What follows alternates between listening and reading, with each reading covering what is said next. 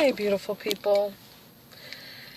I'm coming to you because I watched a video today. Well, a couple of videos, but this one that really stuck out to me was this video about culture shock coming out of the Watchtower Bible and Tract Society.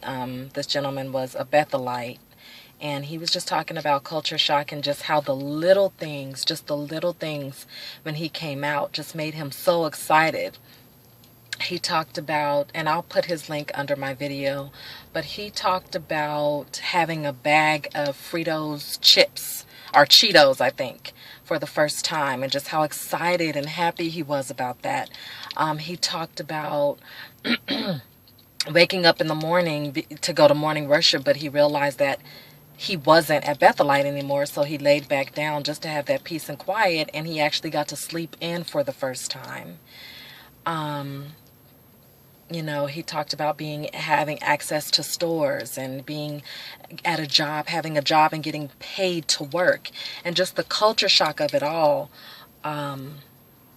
which, and that was just made a few days ago, but I just saw it today, so it just really made me see how, and I'm not sure, I just started subscribing to this gentleman, so I'm not sure how long he, has been out of the Watchtower Bible and Tract Society. But the first thing that the Lord brought to my mind after watching that video in particular is he reminded me of what I went through and what some of the things I'm still going through after the loss of, I've lost my brother, my sister, my father, and my mother in that order in the past 10 years. But specifically, what was the biggest culture shock to me was when was the passing of my sister in 2010, and just learning to live and go on, and just it was the biggest culture shock to me. And I was an adult. This is just in 2010, so I want to say I was 30. Gosh, I think I had just turned 30 or 31 when she passed, because she was 34. She was turning 34, yeah.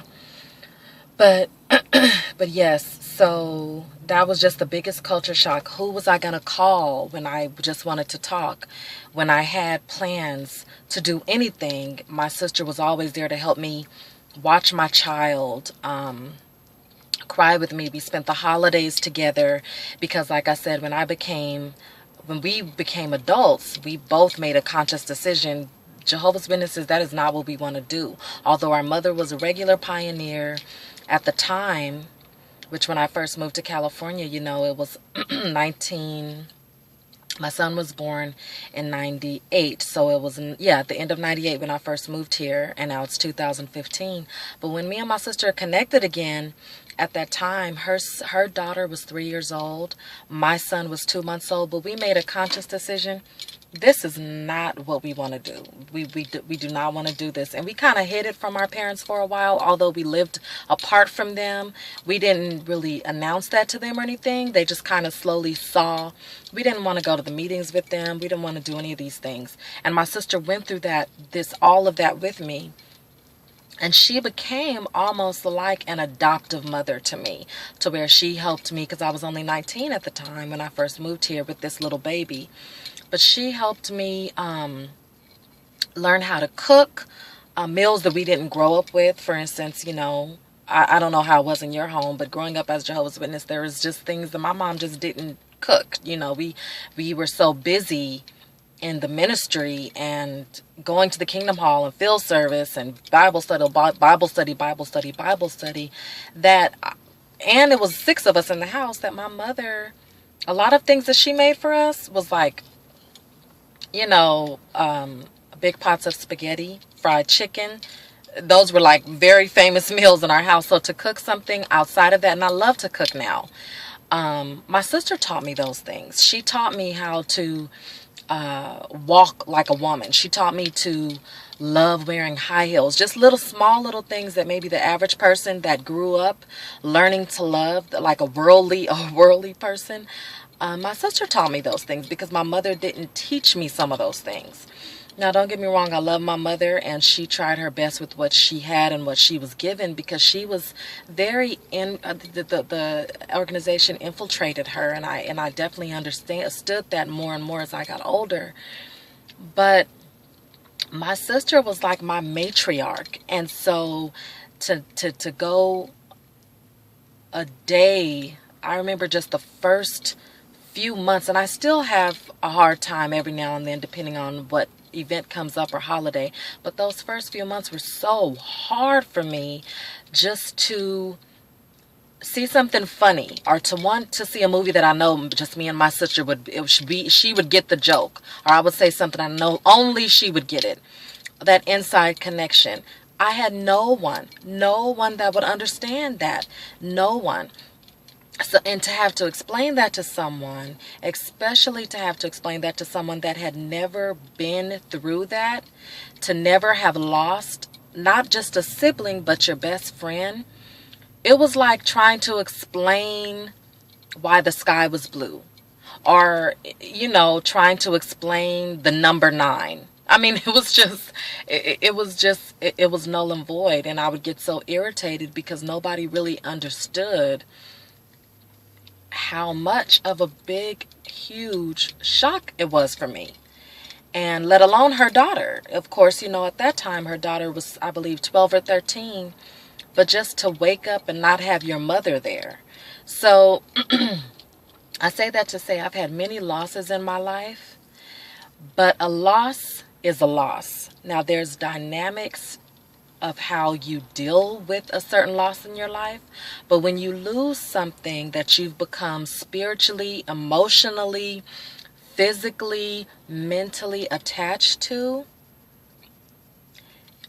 it does something to your psyche. And that's where the depression lies in. That's where, and a lot of people don't understand that. A lot of people won't understand it. But it's the same as suffering from a loss. Just like it's the same thing as when someone gets divorced after being with someone for so long. And even divorce, you might not have been with that person for years. It might have just been 1 year. It might have been 2 years. But just every day you have adapted, your soul, your whole soul, your spirit, everything has adapted to having this person in your life. The same with Jehovah's Witnesses in the organization, especially those that were raised in the truth. I do apologize, especially those that were born into the truth. Being raised in the truth as well, like me. My mother, she was baptized, I believe I was 6 or 7 years old. So that's all I knew. I remember having birthdays and things when I was really, really little, really, really young, but that's all I knew until I decided to rebel and do my own thing. But even then, I saw how different I was from everyone else because I was so sheltered that even that was a culture shock, because I had chosen to lose what I was so accustomed to. Whether that was good or bad, to me it was a good thing. But now, looking back, it was a good thing. But it's the loss. So, we all have to go through that. We all have to go through the grieving process, because it's just like, you really did just lose a loved one. It's almost comparable to that, because that was your love.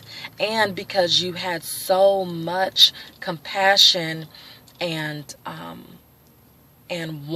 you wanted to just be a part of this organization that you thought was the truth. And so just to know that you've been lied to, you can also equivalent it to maybe a spouse that was deceived by her mate because he had been seeing somebody. He had a whole family on the side, just lying to your face all these years. You don't know what to believe. So I just wanted to make that video because it is a loss. I don't know if you have thought about it like that. And with the loss, one of the main things that I delve myself into, because depression does run in my family. Some people don't want to admit it, but It does. And so what just helps me, of course, and I still go through it, like I said, but it's prayer and developing. I developed my own relationship with God, doing my own research. But not only that, I really got physical help. I went and found a therapist that specialized in grief, because a loss is equivalent to grief. No matter, like I said, no matter, I don't care if you had a dog for 10 years and he died, or if you left Jehovah's organization, or if your sister died, or if your brother died, or if your husband got caught cheating and you divorced him. A loss comes with grief. And with that, the best thing that I did for myself was found a grief counselor and a therapist. I became closer to Jesus, like I said. Now, now don't get me wrong, I cuss like a sailor. I'm getting better with it. But God knows my heart, and this is the happiest I've ever been, because I know what's true now. I know that organizations and going through a man or a body is just not the way. That's just not the way.